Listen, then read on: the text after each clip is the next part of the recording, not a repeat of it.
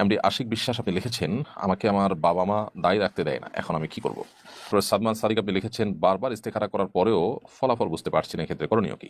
এরপরে এমডি মাজহারুল ইসলাম আপনি লিখেছেন, আমি একজন বক্তার আলোচনায় শুনেছি যারা নামাজ পড়ে না তাদের সালাম দেওয়া যাবে না, কথাটা কতটুকু গ্রহণযোগ্য জানাবেন। এমডি সাদিকুল আপনি লিখেছেন,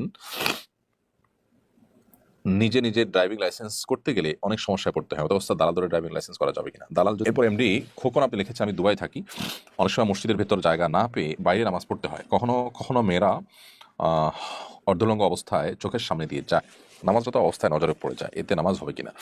আল্লাহ তাআলা মাফ করুন, মুসলিম দেশেও এই ধরনের নোংরা দৃশ্য আমাদেরকে দেখতে হয়, এই দুর্ভাগ্য আমাদের জন্য। তো বাইরে যদি আপনি নামাজ পড়েন তাহলে সেক্ষেত্রে এরকম দৃশ্য চোখে পড়বে, সেরকম আশঙ্কা তৈরি হলে আপনি প্রয়োজনের চোখ বন্ধ করে রাখবেন। তারপরে আপনি চেষ্টা করবেন নিজেকে সেভ করার এই ধরনের দৃশ্য দেখা থেকে। আল্লাহ তাআলা আপনাকে হেফাজত করুন এবং আমরা দোয়া করি যে ঈমান আমল আমাদের নিরাপদে থাকুক এবং এই ধরনের গুনাহের যে পরিবেশ আছে সমস্ত পরিবেশ থেকে আমরা যেন বেঁচে থাকতে পারি। আল্লাহ তাআলা আমাদেরকে সেই তৌফিক দান করুন।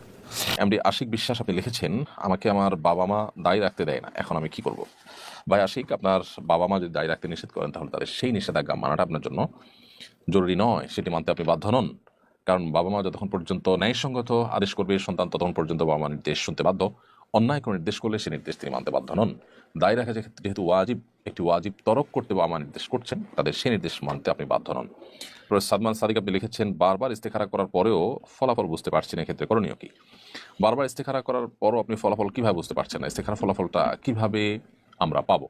এটা নিয়ে আমাদের অনেকের মধ্যে ধোঁয়াশা আছে, অনেকের মধ্যে ভুল ধারণা আছে। আমরা মনে করি যে ইস্তেখারার ফলাফল পাওয়ার জন্য বোধ হয় আমাদেরকে স্বপ্নে দেখতে হয়। স্বপ্নে দেখা আসলে কোনো জরুরি কোনো বিষয় নয় যে স্বপ্নে দেখলেই আমরা শুধুমাত্র ফলাফল পেয়েছি আমরা ধরতে পারবো। স্বপ্নে দেখা ছাড়াও কিন্তু ফলাফল পাওয়া যেতে পারে। আর সেটা এভাবে যে কোনো বিষয় যখন আপনি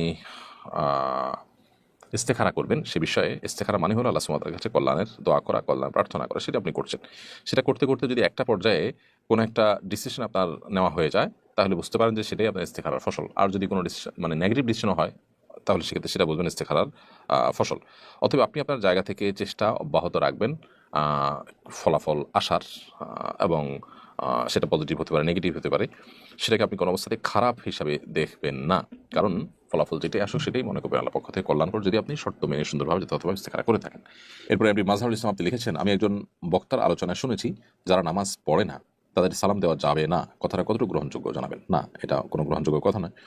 যারা নামাজ পড়ে না তাদেরকে সালাম দেওয়া যাবে না, এটা সঠিক কোনো কথা নয়।